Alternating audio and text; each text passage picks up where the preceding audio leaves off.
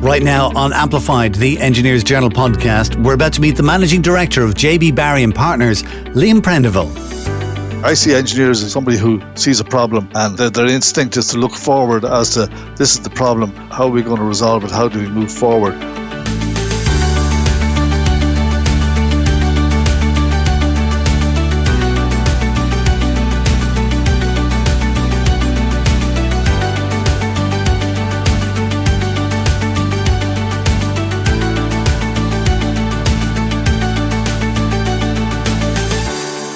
My name is Dusty Rhodes and you're welcome to Amplified, the Engineers Journal podcast, where we speak with our community of creative professionals across the country about how engineers are delivering sustainable solutions for society, both now and in the future.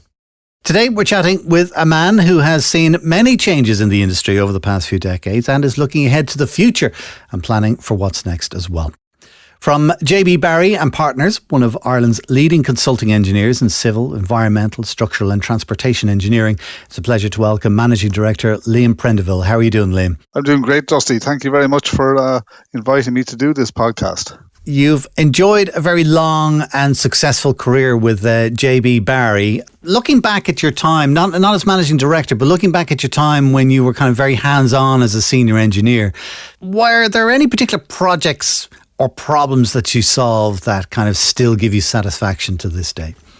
Just we spend our time solving problems that at the time seem very big, but they all drift into history and they're all resolved. I suppose if I was to pick a project or a period, I worked overseas for a number of years in the late 90s, and when the road program kicked off in the early 2000s, we got involved in the main interurban motorway projects with the NRA. And we did some very interesting and innovative projects, both in terms of the projects themselves and in the way that they were formulated and contracted.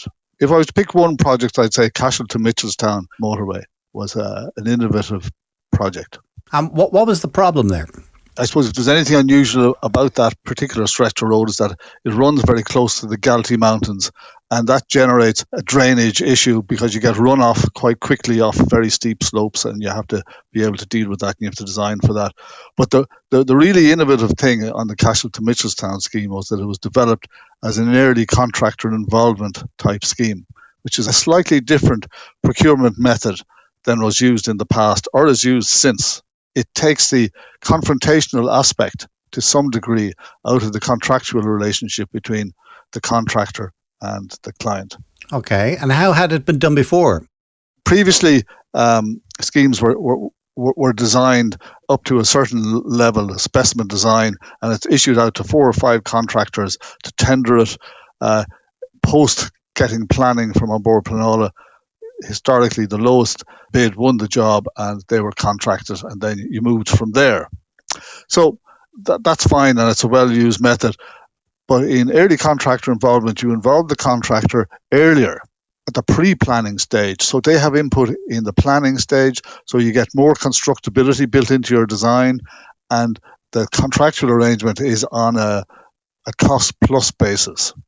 So you don't get that financial confrontation that you get in normal contracts that can lead to difficult issues. And is that not running these days? It doesn't run that way anymore.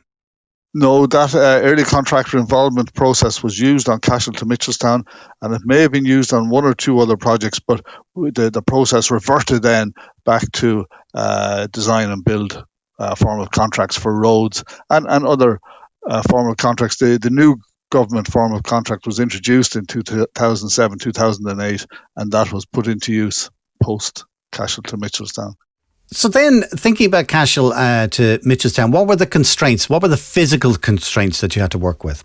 Well, the physical constraints are relatively repetitive in road schemes at the time, and I suppose I think if you look at the broader picture, at the time we were developing hundreds of kilometres of motorway over a period of 10 years. So all the requirements in terms of people and plant and equipment were all there and were used on an ongoing basis, and all the skills of design and construction were well practiced.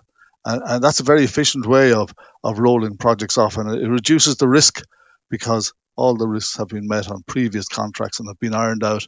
So you get a flow, and that's why the NRA, they really did a very good job in developing their project management processes and in the achievement of building the motorways, the main interurbans, in the period from 2000 to 2010 was a fantastic achievement. Do you think it's right, though, for Ireland as a country with the transport, the way it's set up, that all of these motorways tend to just converge on the capital? Absolutely not. It's stage one of a multi-stage development of the island.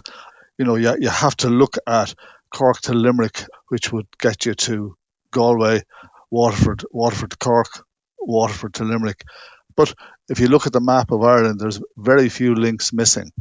Obviously, there's projects to link Dublin to Derry, and there's an A5 project in Northern Ireland linked to an N2 project here in the Republic, which would open up Donegal. You'd have achieved a lot if you put those missing links into place, Dusty, I think.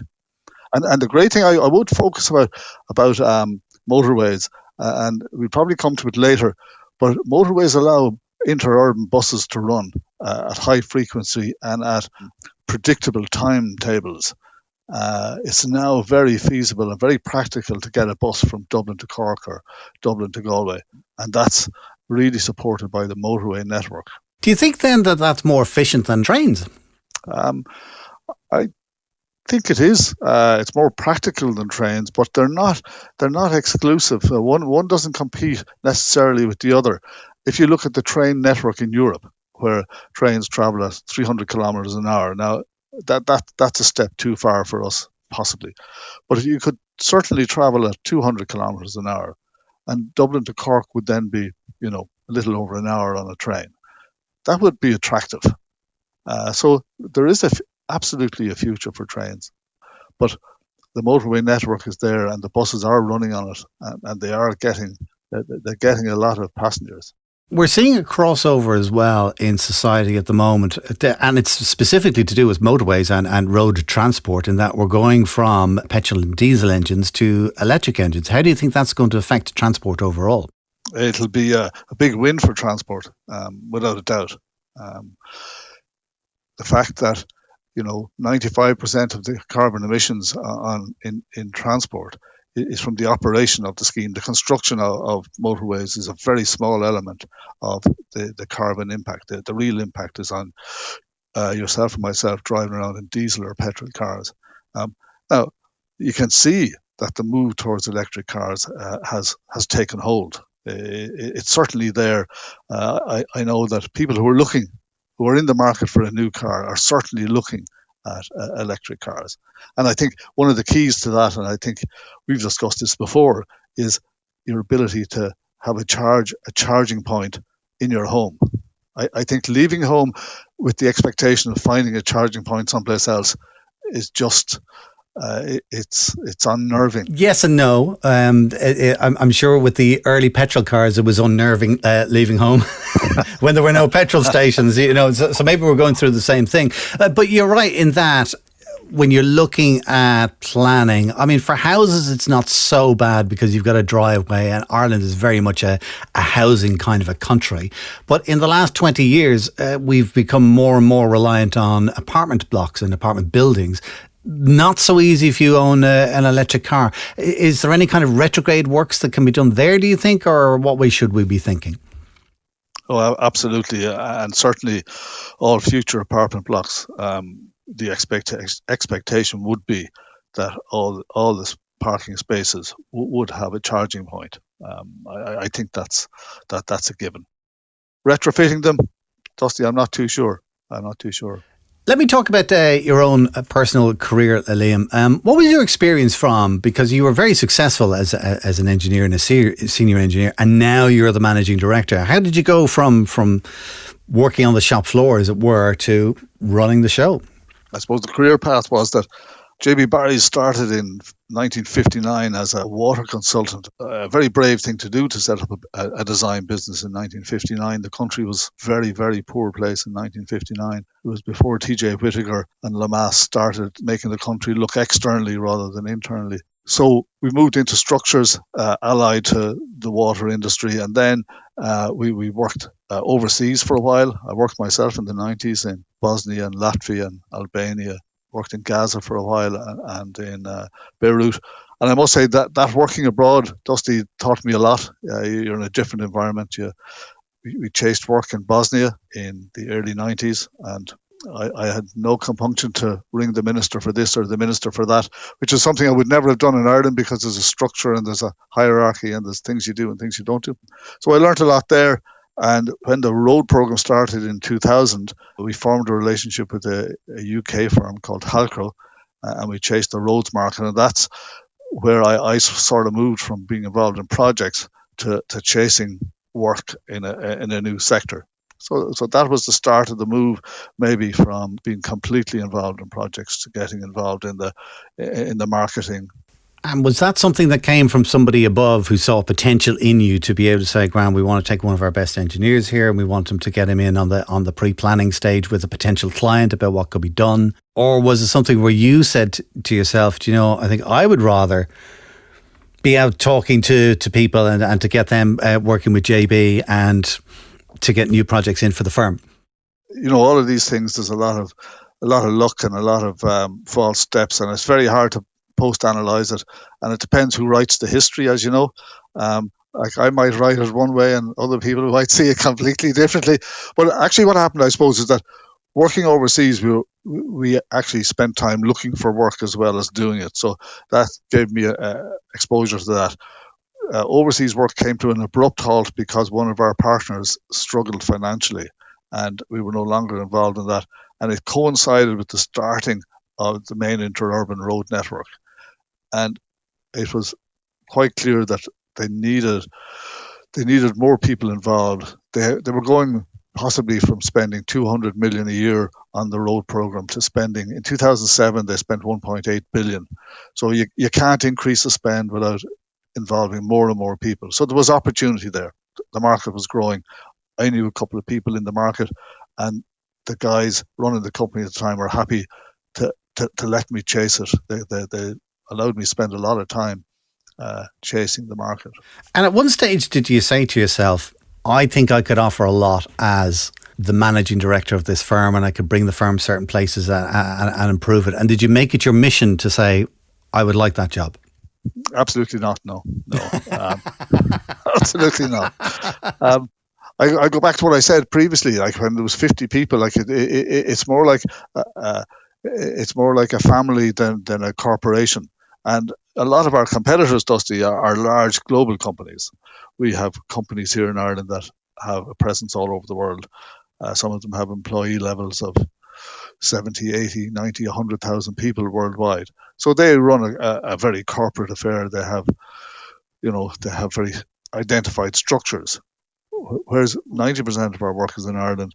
And as a result, the scale of our operation moves with the cycle of expenditure in Ireland. And it looks as if it's a 10-year cycle, I'm afraid. Speaking of the work that you're involved in a lot of disciplines. Is there any one that you're particularly busy with?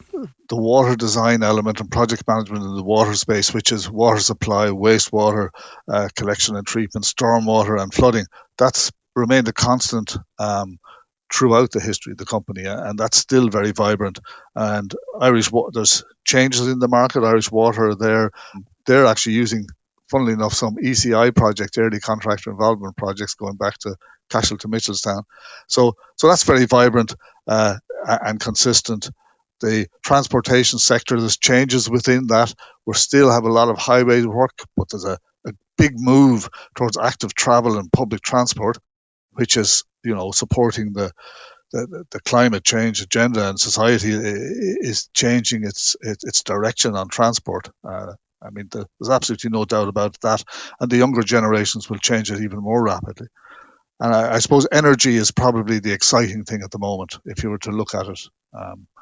The generation and distribution and use of energy has to be the most exciting thing that's going on at the moment. With the water, it must be disappointing when you're involved in large projects and working on large projects, because water is usually hidden away. And most people don't see it. You know, when you're out kind of talking to people, what would you love to scream at them to go, this is the project I did? I think sometimes, Dusty, you just have to accept that you're doing a good job and get some satisfaction from that. I know, come on, I'm giving you an opportunity now to blow your trumpet a little bit. Come on, tell me one that you... Oh, well, okay, if you want to. Yes, please. We're involved at the moment. I mean, we've done a large number of wastewater treatment plants. At the moment, we're involved in the Ringsend, the upgrade of the Ringsend wastewater treatment plant, which is the water treatment plant for the greater Dublin area. So we're increasing the capacity of that plant dramatically.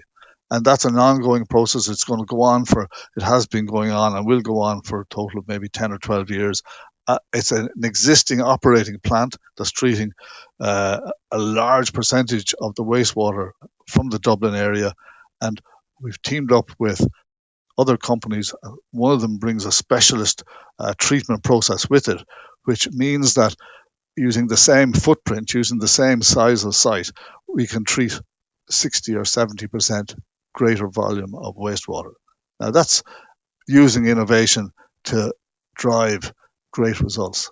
Keeping yourself up to speed actually on changing technology and everything and processes, as you say, abroad and things that are happening. How do you keep yourself up to date and stay current with the latest engineering trends?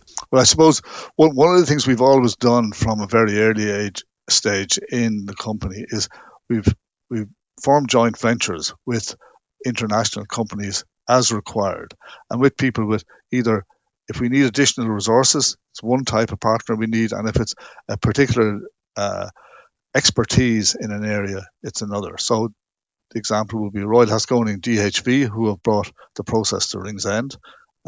We have a relationship with them. We have a joint venture with them. When we entered the roads market, it was the Halcro Group from the UK, because they had expertise in the roads market. They also had capacity.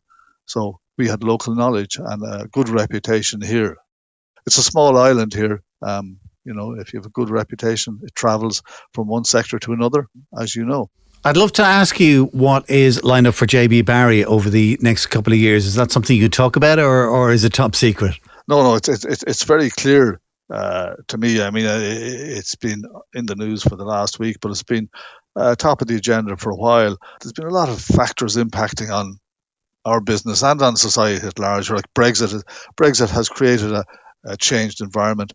COVID obviously had a very significant impact on the way we think, created an environment where a lot of change that mightn't have been possible is now possible maybe. There's material supply disruption driven possibly by the war in Eastern Europe. There's other factors in there maybe as well. There's a lot of political change in Ireland, and there's going to be more political change. But the environmental issues and climate action demands is really going to create a very exciting opportunity for engineers. It's all going to have to be engineered, the provision of electricity, the distribution of electricity, the reduction of carbon emissions in all the sectors. I mean, you could see the political wrangling over whether it was 20% or 30% for agriculture, and the impact on transport is in there in a big way. And we're doing a lot of work there already, but it's only going to get bigger and bigger and bigger. Well, let me ask you then. I'm sure you've seen that movie Back to the Future. Yep. They filmed it in the 80s, but they were imagining what life would be like in 2020 or something like that, all right? And they actually got a lot of stuff right. The big screen TV, and there were so many other things. I can't remember what it is, but I remember watching the movie like only recently, kind of going, oh my God. So in your own mind, looking 20 years ahead, what is Ireland going to look like? Wow, that's a really good question, isn't it? And the only way I can imagine is by going back 20 years and looking at what I thought Ireland would be like in 2020. And, did I see electric cars on the road and the uptake of those? I didn't, absolutely not. Did I see the absolute conversion of everybody to the reality of climate change? I didn't see that. So looking forward 20 years, obviously there'll be bumps on the road, but certainly on this island, I think it's a fantastic place to live. I think we have an awful lot of things going for us. Being an island has a lot of advantages. It keeps you out of the way of a lot of things. Our climate is better than you could dream for, I think, even though I suppose it gives us the opportunity to complain about the rain as well, which we like to do. We like to have something to complain about. But and also, like if you look at the growth in wealth in the country, which in itself probably doesn't actually make people all that happier, but that's well beyond engineering. But like if you take the tax take in 1980 when I started in Ireland, it was 3 billion a year, and now it's heading for 80. You know, we're a wealthy country. We don't have great historical wealth, but we have a vibrant economy. So I think the future for Ireland is dramatically. I think 20 years time, I think it could be very positive.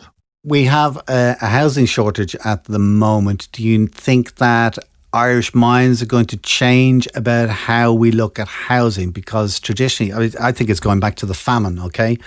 Because people didn't own their own houses and they could have been thrown off the land, and it's been in the Irish psyche since, I must own my own home and it must be a home.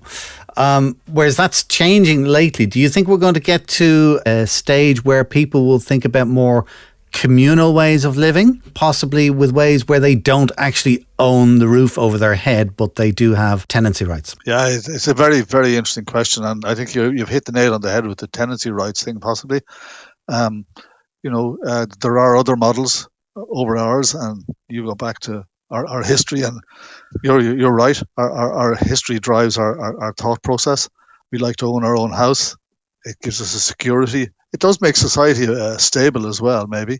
But the French model, if you want to go there, a lot of people have lifetime tenancies in apartments, and that's another model. I think as generations move, you get change in people's approach. I've no doubt that we can change people's approach. We have a private client business, which is probably 20% of what we do.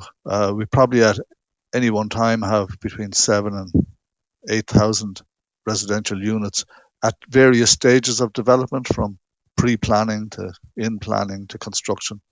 And we're not a big player in that market. There are much, much bigger players here. So there are a lot of residential units being developed, getting those through the construction. Some of the challenges I mentioned earlier, supply of materials, inflation may impact on the development of those. But I think you're right. The model of ownership is probably the biggest element of it. Now, you're after drifting me a long way from engineering now. Let's go back to putting blocks on blocks. That's exactly what I was just thinking. I'm enjoying the conversation too much. Listen, actually, I kind of was going to go back to transport, because we've spoken about the motorways. Yeah. But specifically in Dublin, because it's a growing city, they're talking about, and they have been talking about a long time, about extending the DART and then the tram out to the airport. Is there anything when you look at that particular city that you think, I've got a good idea for that, or what's missing? I think they're on a good journey. I think they're a good bit down the road. I think the phone is probably the key to public transport, for me anyway, because you get access immediately to where public transport is, and if the bus is going to be at your stop in 5 minutes, you can see it, and that changes the game completely for me.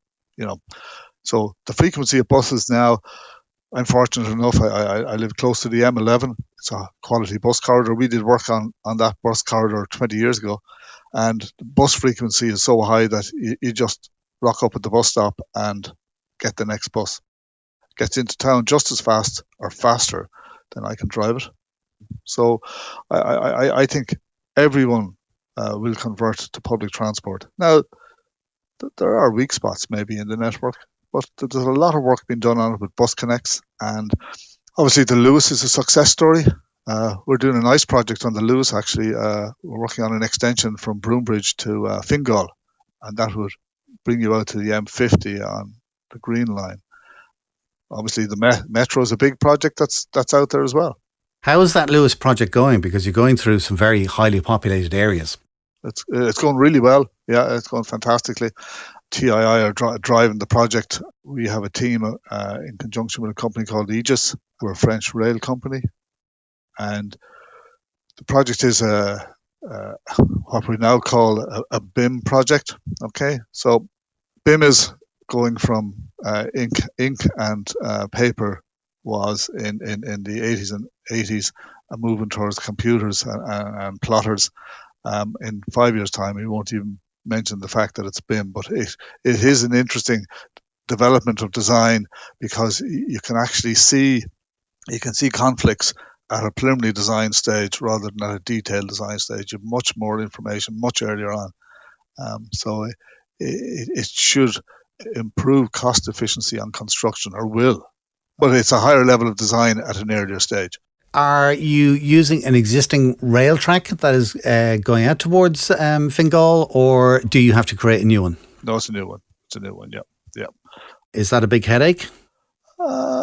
It's a challenge, yeah. It's a challenge, but I suppose a lot of schemes that we're involved in, certainly linear schemes like road schemes or public transport schemes, once you're on a new route, you're interacting with a lot of stakeholders, you're impacting on a lot of people's property, and we have a relationship with our own property, with private property. It goes back to what you discussed earlier, and we have a lot of strong property rights, and I'm not arguing against that. Well, that'll be for somebody else to worry about. Well, it's all about bringing a project through the process, and I suppose if there was a challenge in the process at the moment, is probably getting planning can be a challenge. The planning process is challenged, but again, it's a process you just have to go through and get there. Let me ask you about Engineers Ireland, because it's a great organisation in that it's not companies that make up the organisation, it's people. And it's interesting to me to see that even people at the highest levels of business in the country are members. I'm just wondering, what's one of the most useful things that you personally have gotten out of being with Engineers Ireland? Well, years ago, I would have been involved, as I said earlier, in some of the international work. And we did some work in Bosnia, and Engineers Ireland invited me to do a paper, which I did in conjunction with guys from ESBI, and that drove me in a certain direction as well. It's not something that I would naturally hold my hand up for back in 1990 odd, but that opened up an avenue for me in describing what we were doing and the benefits of what we were doing, and informing other people of the potential for us to sell things overseas. Liam Prendiville, thank you so much for taking time to chat with us today on the podcast. Dusty, thank you very much. I enjoyed it. If you would like to find out more about what we spoke about on the podcast today, you'll find notes and link details in the show notes or description area of the podcast in your podcast player right now. And of course, you'll find more information and advance episodes on our website at engineersireland.ie.